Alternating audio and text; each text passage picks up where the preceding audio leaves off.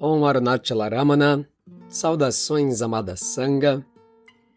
Nós recebemos o contato de um amigo aqui do grupo que trouxe questionamentos muito preciosos e que certamente serão de benefício a todos os buscadores aqui reunidos. Faremos a leitura da mensagem preservando a identidade do amigo no anonimato. Então vamos agora à leitura. Boa tarde, Ananda. Ontem fiz um agradável passeio pelos áudios postados no grupo e encontrei uma influência muito benéfica. Coloquei uma pequena foto de Ramana em um porta-retrato e fico feliz de saber que não preciso seguir nenhuma regra institucional sobre, entre aspas, como construir um altar, como os irmãos budistas tibetanos, por exemplo. E que posso dar vazão ao meu pequeno lado devocional na simplicidade que mais me faz sentir perto de ser quem eu sou, sem obrigações de rituais e etc. Tenho outra dúvida. Gostaria que você me desse uma indicação de onde ela possa ter sido respondida ou alguma orientação introdutória no caso dela não estar contida em algum áudio. Deparei-me com um texto do David Goldman e um do Michael James, este conheci ontem aqui no grupo. Muito semelhantes. São textos que falavam dos ensinamentos originais de Ramana e de como livros como Conversas ou Talks contêm muito conteúdo que não representa os ensinamentos verdadeiros. Entendi que, entre aspas, ensinamentos verdadeiros seriam aqueles que, primeiro, o próprio Bhagwan escreveu ou revisou, não foram registrados de memória por devotos e posteriormente escritos, não têm interpolações pessoais dos devotos que escreveram e, por fim, não são concessões de Bhagwan às predileções de práticas da pessoa que questiona, visto que Atma Vichara é o caminho direto. Mas nem todos se dispunham ou dispõem a isso. Com relação aos registros de memórias e interpolações, ao meu ver, se não contêm apresentações ao avesso, não causam grande prejuízo e fazem parte do percurso do praticante e estudante. Acho também essa flexibilidade amorosa de Ramana em responder conforme a singularidade de quem pergunta é um importante, entre aspas, ensinamento original de Bhagwan. Me corrija, por favor, quando eu falar equívocos. Quanto aos textos escritos por ele, ainda não estão publicados por editoras no Brasil. Ou seja, não tenho a referência áurea ou adamantina para avaliar o que é uma interpolação do devoto ou um não dito de Ramana, que seja pouco ou muito distante do que ele disse. Como estudar essas obras, como Conversas ou Talks, e outras ditas não muito precisas? De uma forma questionadora, sempre atento à possibilidade de uma frase não ser original? De uma forma mais solta, atento a possíveis desconfortos íntimos que deixam uma dúvida para posterior pesquisa? Ou de que forma? Muito bem, extraordinárias questões. Assim, a gente vai tentar tateá-las devagarinho, né, com uma certa minúcia, para alcançar o benefício coletivo aqui. Primeiro, vamos falar da expressão de fé e veneração espontânea ao sábio. Isso é algo que permeia o relacionamento do devoto com seu guru. Como já declarado aqui, Bhagwan é um Loka Guru, ou seja, um instrutor universal, um preceptor para o mundo. Assim, como os devotos existem espalhados por todo o mundo, será natural que não existam regras rígidas a respeito de como esta adoração deve se dar. É algo que surge do coração do devoto em relação ao mestre. E esse culto ou reverência feita de forma externa nem é imprescindível. Mas, mesmo assim, eu considero muito benéfica e salutar esta expressão de devoção, pois que um Maharishi, um Sadguru, incorpora a presença da misericórdia divina. encontraremos no Shri Guru Gita, a divina canção do mestre espiritual, que, de muitos modos, é considerado uma obra fundamental, pois que apresenta o relacionamento amoroso entre guru e discípulo. Encontramos versos que exaltam a recordação do nome e da forma do guru. Eu vou ler aqui um único verso que diz assim: contemplar a forma do seu guru é contemplar o infinito Shiva. Verdadeiramente, sempre que você pronuncia o nome do seu guru, é o mesmo que cantar o nome do Senhor Shiva. Muito bem. A partir desta citação, podemos atribuir ao amor devocional, especialmente na forma de Guru Bhakti, de devoção ao mestre espiritual, uma exaltada e elevada forma de prática transcendental e sagração interior. O altar de nossa devoção é tal como a materialização iconográfica do sagrado em nosso coração, representado fora pela fotografia de nosso mestre, as oferendas que diante dele, do altar, nós realizamos, ofertamos. Os tolos acreditam e consideram isto uma expressão de mera idolatria cega. Falta-lhes não apenas compreensão, mas, acima de tudo, humildade. Poderia citar incontáveis escrituras que indicam e exaltam o Bhakti, e especificamente o Guru Bhakti. Mas não me demorarei mais aqui, porque o que vem a seguir é muito mais amplo e complexo. Então eu vou concluir essa etapa da reflexão de forma bem breve, da seguinte maneira: o amor é a maior e mais misteriosa das forças neste vasto universo plural. No que tange à devoção, basta inclinarmos-nos à luz intuitiva do coração. O amor te guiará. Isto que é dito ao Guru Bhakti, de uma certa forma, tem relação com o que nós vamos apresentar agora, atendendo às questões mais complexas apresentadas pelo irmão.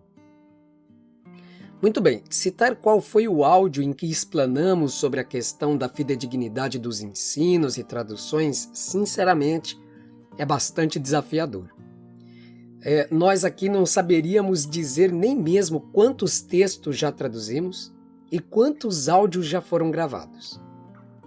Mas podemos dizer que a principal motivação em abrir este seva, ou serviço espiritual, batizado como Shri Ramana Mandir, era e continua sendo oferecer um material traduzido com imenso cuidado e zelo, especialmente no que tange aos significados múltiplos que uma palavra pode conter. Isto porque grupos que divulgam os ensinamentos de Bhagwan temos alguns tantos, mas sentíamos que poderíamos auxiliar na tradução, especialmente para aclarar terminologias e conceitos sânscritos e do universo do yoga, mesmo que nosso conhecimento desta língua ancestral seja verdadeiramente basal. É fato que algumas traduções pecam sim, e que alguns conceitos não eram comuns no linguajar de Bhagwan, e poderiam até contradizê-lo. Aí eu vou dar o seguinte caso aqui, que é a ideia de um eu superior, que é frequentemente encontrado nos livros escritos por ocidentais. Mas isso é só para dar um exemplo. Então, eu superior não era, de fato, o termo adequado para Atman. Bom, mas para além da problemática óbvia do limite de entendimento de uma língua estrangeira e quase insondável para nós, temos sim a questão do, entre aspas, colorido peculiar da memória de cada devoto. Contemplamos o nobre e louvável empenho de Michael James em propor traduções novas, diretas do Tamil, para alcançar uma fidelidade maior no uso dos termos e conceitos que Bhagwan Ramana usou. Contudo, nós não estamos seguros de que, ao fazer estas traduções, o querido Michael esteja se servindo da linguagem coloquial ou da etimologia das palavras, o que pode ser abissalmente distinto. Vamos exemplificar para que possamos compreender o alcance do tema. Tomemos o exemplo da palavra samsara. Geralmente, quando encontramos esta palavra e conceito, ela é apresentada dentro de contexto espiritual e com um sentido comum de roda das encarnações ou roda de renascimentos. Está errado? Não, não está. Abrange todos os sentidos possíveis? Não também, pois dependerá do contexto aplicado. E mesmo quando fechamos o cerco apenas para o ambiente espiritual, mesmo assim, encontraremos significados mais assertivos e de aplicação expansiva. Por isto, nos interessamos pelo estudo da etimologia das palavras sânscritas comuns e frequentes no ambiente do estudo metafísico e transcendental. Do exemplo dado, samsara é passar, vagar, e também encontramos o sentido de devir. O que este passar, vagar e porvir nos falam? Em primeiro lugar, pode referir-se à transmigração, no caso mais óbvio, de encarnações, passando de um corpo a outro. Mas este passar também diz respeito a passar de um estado a outro. Por exemplo, do sono à vigília, do amor ao ódio, da irritabilidade à ternura, do sofrimento à paz. Mas samsara também é usado no sentido de vida secular, o mundo, ou um estilo de vida que pode ser chamado de mundano. Neste caso, a ignorância a respeito da imortalidade do si, ou seja, do Atman, é samsara. Podemos então dizer que sair do samsara é sair de uma visão materialista do mundo e de si mesmo, ou mesmo libertar-se do ateísmo, dependendo do uso que se faça do termo.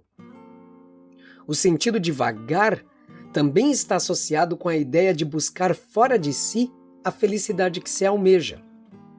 Equivocar-se acreditando que a felicidade depende de algo que está fora de nós, subjugado no tempo e no espaço, ou seja, que não é aqui e agora, mas está em um devir, em um porvir ou futuro. Neste caso, é até mesmo dispensável acreditar-se ou não em vidas passadas e futuras. Para compreender-se este passar, vagar e devir, não é preciso conceber uma roda de encarnações ou transmigrações. O que importa é para onde o conceito aponta, ou seja, neste exato e preciso instante, você está pleno, pois você é a plenitude. Mas, olhando para esta imprecisão na tradução e do expansivo de significado que cada palavra guarda, podemos imaginar o porquê encontramos alguma dificuldade em relação à fidedignidade na tradução dos ensinamentos. E também já podemos compreender claramente por que Bhagwan optava pela verdadeira Upadesha, ou instrução espiritual, que é o eloquente silêncio. Neste caso, todos os ensinamentos escritos, estando ou não numa tradução perfeita, mesmo eles não são exatamente o ensinamento verdadeiro, pois o ensinamento verdadeiro é o Mauna Upadesha, ou a instrução silenciosa. Veja, mesmo que alguém consiga acessar a resposta genuína que o Maharishi tenha dado, e ainda mais, esteja capacitado a fazer a tradução mais fidedigna possível. Ainda assim, a instrução verbal será imprecisa frente ao conhecimento direto, transmitido através da graça silenciosa de Bhagwan.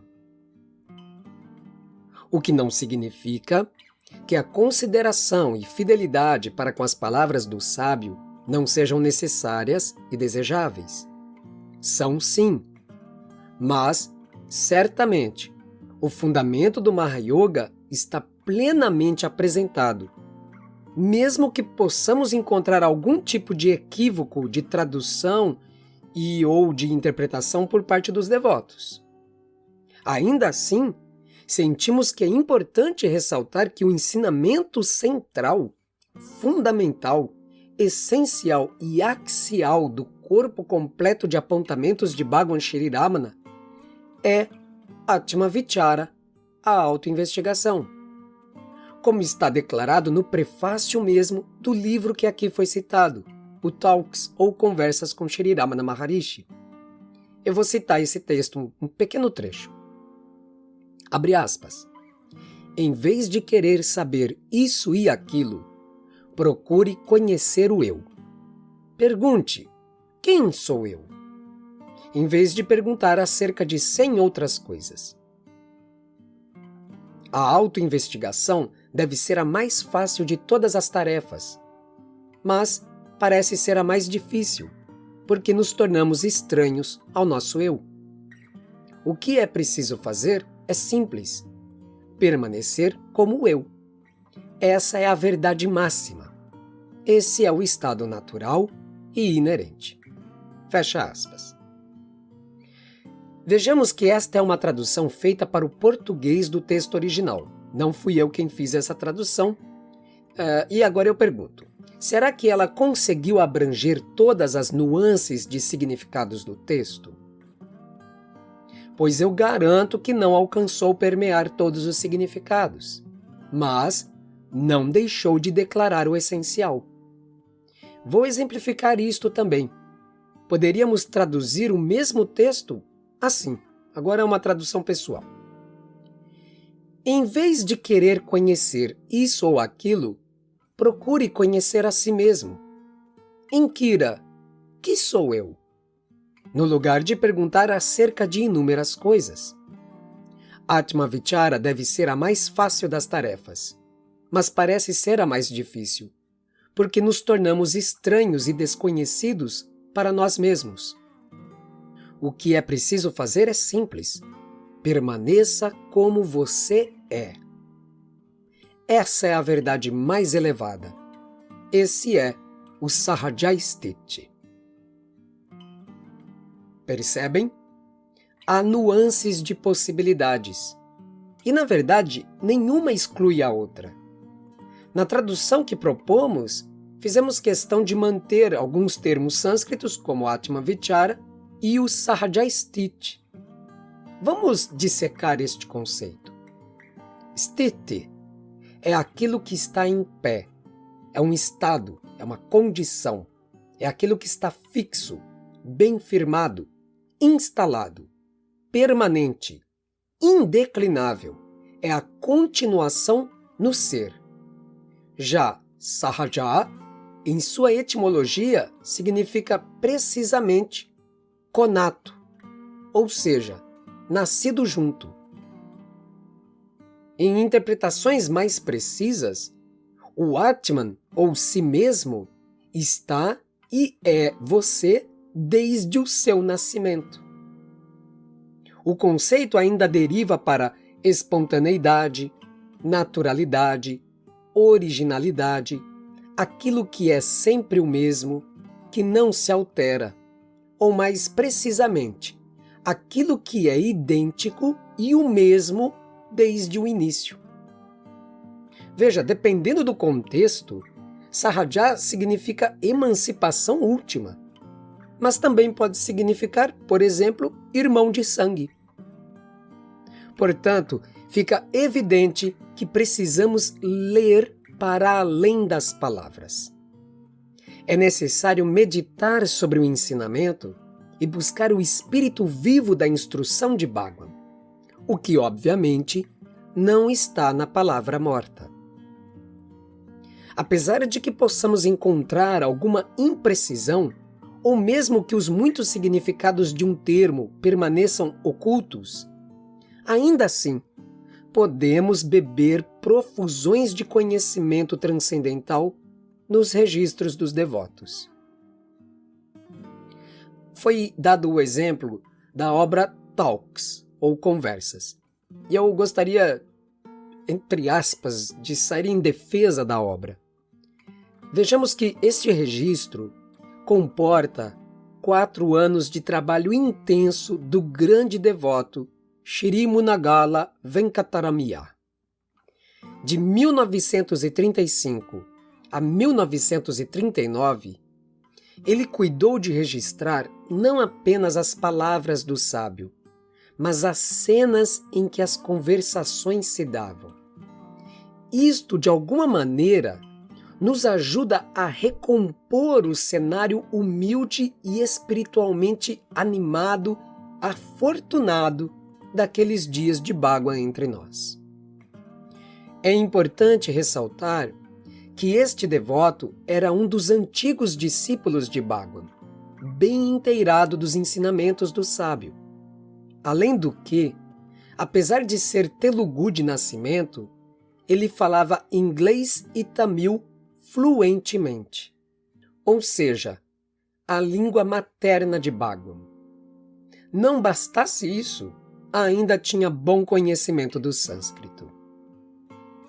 Isto seria qualificação mais do que suficiente para a tarefa tão valiosa e exigente. Pense que a época do registro era o período glorioso do ashram. Bhagwan estava com perfeita saúde e o salão estava aberto dia e noite. Shri Munagala, não bastasse tomar nota de tudo, estava ali auxiliando os numerosos visitantes de língua inglesa, servindo de intérprete para Bhagwan. Assim, imagina o tamanho do trabalho deste devoto. Só por isto, eu acho que vale e muito a pena consultar esta obra e até mesmo relevar um ou outro equívoco que pode ou não existir ali. É importante frisar que todas as notas feitas por este extraordinário e amado devoto foram apresentadas para os questionadores para que os mesmos avaliassem se o registro das perguntas estava de acordo, e todos estes registros tiveram o selo oficial de aprovação de Bhagwan Shri Ramana. Tudo era mostrado para Bhagwan a fim de que ele corrigisse e aprovasse o texto. Mas agora eu vou pegar o assunto por um outro ângulo. Veja, tudo o que ocorreu na vida de Bhagwan e na história do Shri Ramanashramam podem estar certos disto. Não foi acaso ou golpe de sorte. A graça suprema, quando se manifesta no mundo, na forma de um Gurudeva, prepara e desce também com um séquito bastante elevado de devotos avançados, a fim de que cooperem com o trabalho a ser executado aqui. Quando um Gurudeva desce, as almas divinas que farão o papel de discípulos na Terra descem junto com ele. Certamente, Shri Munagala fazia parte deste séquito divino. Ademais, aquilo que precisa ser corrigido por qualquer deslize dentro da missão, Bhagwan cuida de fazer as correções naturais e necessárias. Mas, de um modo geral, este tipo de questionamento, posso estar enganado, mas eu acho que é mais comum e frequente entre os devotos ocidentais, que dão bastante valor à palavra escrita, enquanto que os devotos hindus parecem ter uma relação mais afetuosa mesmo com Bhagwan e tomam o seu exemplo de vida e os acontecimentos da sua existência como o valor máximo e a justificativa primeira para a devoção. Frente à questão de como estudar as obras que reúnem os apontamentos do Maharishi, pessoalmente diria: vá para além das palavras. Rogue com toda a confiança e devoção para que Bhagwan abra sua intuição e visão interior para contemplar o que não está escrito. Pessoalmente, este é um rogo que me acompanha desde a minha mais tenra mocidade. É uma prece interna que sinto que será útil compartilhar aqui. Ela não é feita exatamente com palavras, mas é algo mais ou menos assim. Ó Espírito Supremo, abra minha intuição e entendimento, a fim de que eu possa ler o que não foi escrito e ouvir o que não foi dito. Aquilo que não alcançar compreender, rogo a Ti, por favor, ensina-me, dá-me amor e sinal. Amor para estar sensível à Sua mensagem e sinal para confirmação de Tua revelação. Muito bem. Mesmo sabendo que o testemunho pessoal é sobremodo parcial e por vezes duvidoso, ainda assim declaro: aquilo que eu não sei, Bhagwan ilumina. A graça de Bhagwan retifica tudo e se despe diante do coração do verdadeiro devoto. A Upadesha do Senhor da Colina de Fogo está viva e plenamente ativa. É justo desconfiar de si mesmo, do próprio entendimento e dos vasanas que sequestram e distorcem até os ensinamentos mais sagrados. Mas nunca, nunca, nunca desconfie do favor e da graça do Mestre. Bhagwan é infalível. Om Namo Bhagavate Shri Ramanaya.